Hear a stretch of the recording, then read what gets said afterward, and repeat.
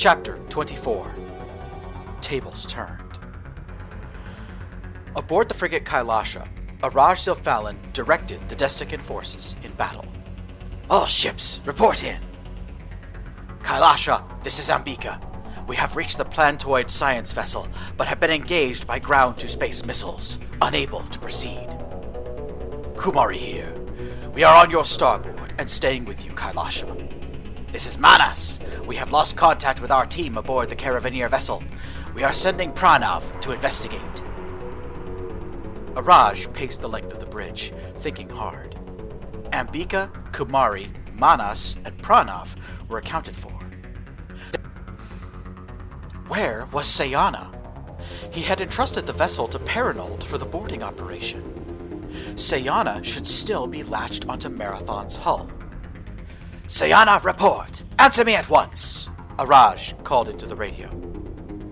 He was met with silence.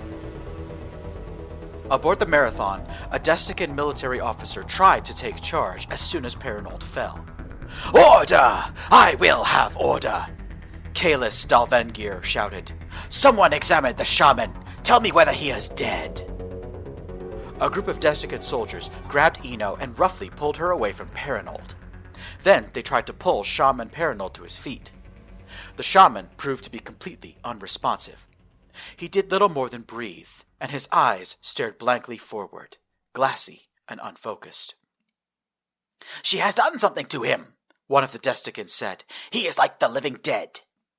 There was a yell of anger, and several of the surrounding soldiers closed on Ino. Kalis had to raise his voice once again.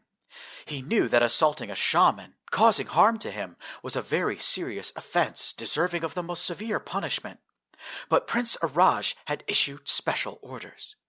No! Do not harm the human! The prince commands she be taken alive! But Kalis found his words falling upon deaf ears. Ino screamed in panic as 10 Desticans descended upon her with murderous intent. The crack of gunfire echoed around the tiny chamber, followed quickly by agonized shrieks of pain and the dull, sick, thudding sound of blades tearing into flesh. The ill-disciplined soldiers became little more than a mob, cutting, stabbing, or shooting any part of Ino they could reach.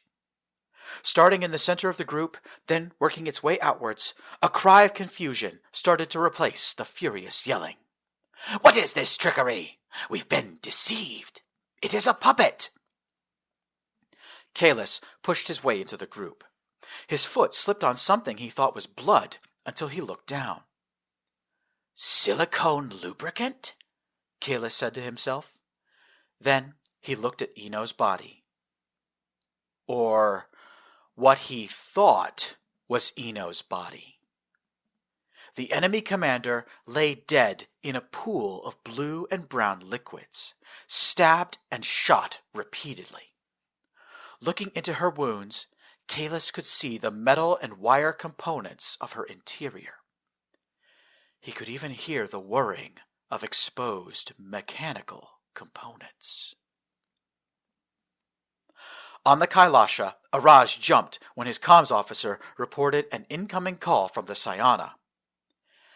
This is Kalis Dalvengir, acting commander of the Sayana, Kalis said over the radio. Araj was taken aback. Where is Shaman Paranold? He demanded. The shaman is critically injured, Kalis reported. I have taken command of the boarding team. Araj froze in place. Paranold injured? The only shaman in the fleet out of action? This would deprive Araj's forces of a powerful tool. Without a psionic artist, his options suddenly became limited. Furthermore, this would explain the sudden loss of communications with the Destican people aboard the Caravaneer slave ship. Losing Paranold had the potential to be disastrous. How did this happen? Araj said. The enemy commander, Kalis said. Our forces captured her. You have Ino Esperanta, Araj said quickly, his voice filled with excitement and lust.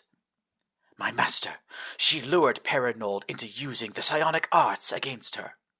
When his mind connected with her synthetic brain, well, I'm sure you've heard the stories about telepaths who try to influence synthetics.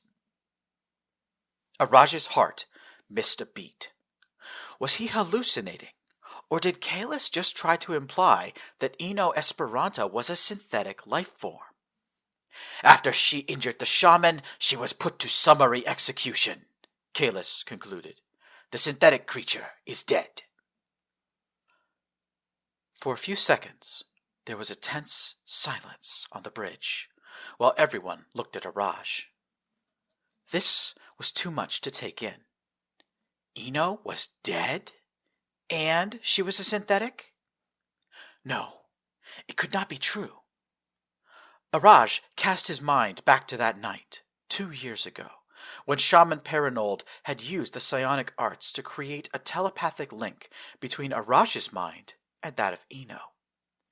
If the girl really was a synthetic, Paranold would have been injured then. We've been deceived, Araj said. Dalvengir, order your forces to concentrate on taking over Marathon's life support systems. We must capture that vessel. Savanti scouts contacted Rylan using the cybernetic network shared by all members of the Savanti species. Sir, there is a Telmanaki-class frigate latched onto the side of Marathon's hull. The decoy Esperanta was made before she could be brought aboard and is now offline. It's now or never, Rylan said. Then he switched channels and spoke to the bridge. Esperanta, my crew found a Destican frigate latched onto the hull. We're going topside. Try to avoid using the maneuvering thrusters if you can help it. You heard the man, Yamada, Ino replied. Keep us on track for the Caravaneer ship. No hard turns or evasive maneuvers without my say-so. Ryland's team donned spacesuits and electromagnetic boots. Armed to the teeth, they found a maintenance hatch and were soon standing on Marathon's outer hull, looking up at the sky. Eyes on the Nexus storm, one of the Savanti fighters called out. Bearing 350 plus 80. The Nexus storm was close enough to see now. A deep blue band of light rippled and shimmered across the starfield. That's one hell of a blue shift, another soldier said.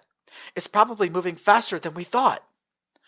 All the more reason to wrap this up quickly, Ryland said. Eyes level, on me. The Destican frigate Sayana had landed on top of a maneuvering thruster node, in the center of a cluster of breaching pods, which stuck out from the hull like tombstones. Use the pods as cover and get closer, Ryland ordered. Once we're in range, we'll use heavy weapons to break the grappler arms, and it should drift off into space. And don't forget, Marathon is under thrust right now, a Savanti sergeant called out. If you let go of something out here, you'll never see it again. Meanwhile, deep in Marathon's lower decks, Elodie was engaged in a large gun battle. We found the Marauders, Elodie called into her radio. They're trying to break into primary life support. She ordered her Marines to take defensive positions in the corridors and rooms surrounding the life support system. Helmets and breathers on, everyone, Elodie yelled. Axiom, terminate life support on Deck 21 and vent to space. Hold on to something, Ashok Raval yelled. With a great rushing sound, the life support station and surrounding corridors were suddenly deprived of breathable air. Elodie grabbed at her own helmet to make sure it was snug, then poked her head around a corner. The reptilian marauders grabbed at their throats and collapsed to the floor, convulsing violently. Danger! Friendly fire! Axiom spoke through Elodie's radio. Human and Savanti crew in the vicinity do not have sufficient protection from loss of pressurized atmosphere. Allied casualties imminent. Elodie felt her stomach tie into knots. How many hostiles are near life support? 142, majority marauders, Axiom replied. Elodie swore to herself. Oh, I'm gonna get court-martialed for this. Axiom, do not restore life support on Deck 21. We cannot lose this deck. I am sorry, Liechtenstein. I'm afraid I cannot do that. There is another way to defend life support. Restoring pressurized atmosphere now to preserve human and Savanti life on Deck 21. What the fuck are you doing? Elodie screamed at the AI. There is another way, Axiom reiterated. I am deactivating artificial gravity and lowering the ambient temperature to 25 degrees Fahrenheit. Please trust me. We can keep life support out of enemy hands and save Allied lives. Up on the bridge, Ino tried to walk from the captain's chair to the sensors manager when she suddenly overshot her destination. Her feet came off the floor and she collided with the far wall. Her long blonde hair, which normally cascaded down the middle of her back, suddenly swam and wiggled around her like the snakes of Medusa. We've lost artificial gravity, Prisbin reported from the CIC. Recommend all hands go to 0G combat protocols. You don't say! Ino grunted as she pushed herself off the wall and back into the middle of the bridge. She held onto the back of the captain's chair to keep herself steady. Someone give me a status update on that Caravaneer ship. The rest of the Caravaneer fleet is closing on them now, Comms Officer Indungane replied. The commandeered ship is adrift, and Kailasha is trying to hail it. Wait, what? Ino said. EW, is Kailasha using that directed energy beam you saw before? Negative, Captain, said EW Officer Mancini. I haven't seen that beam since we were boarded. Ino furrowed her brow in thought. Then she called the CIC. Give me an explanation why the enemy would have stopped using that directed energy weapon, she said. Prisbin replied at once. 2 scenarios are most likely. They are either unwilling to use the energy weapon right now, or they are unable to use it. Considering how liberal they were with it earlier, I'm willing to bet my career that they've lost the ability to use that weapon. How or why is beyond me, though. Ino took in this information, thinking fast. As she racked her brains, she could hear combat reports coming in from all over the ship. The enemy boarding party was making moves against the hangar bays, life support, and the communication towers. They're going to take our ship and abandon their own, Ino said. And Marathon's big enough to house a city. And there are thousands of slaves on that Caravaneer ship. An idea struck Ino. She rounded on the comms officer. Hail the commandeered Caravaneer ship. Tell them to open communications with us.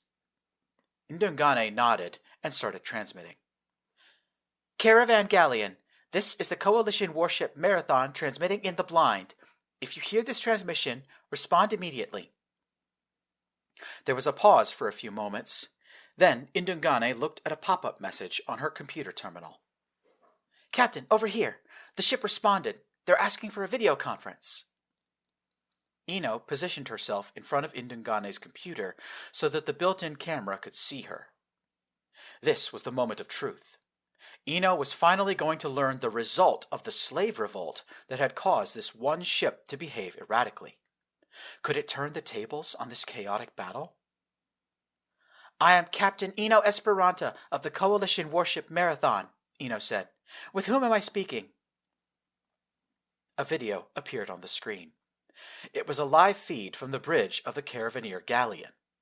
The bridge was a wreck, just one visible sign of the fight that had recently occurred there. Bloodstains were visible on the walls and floor, and could also be seen on the person sitting in the captain's chair. Ino could not help herself. She let out an audible gasp.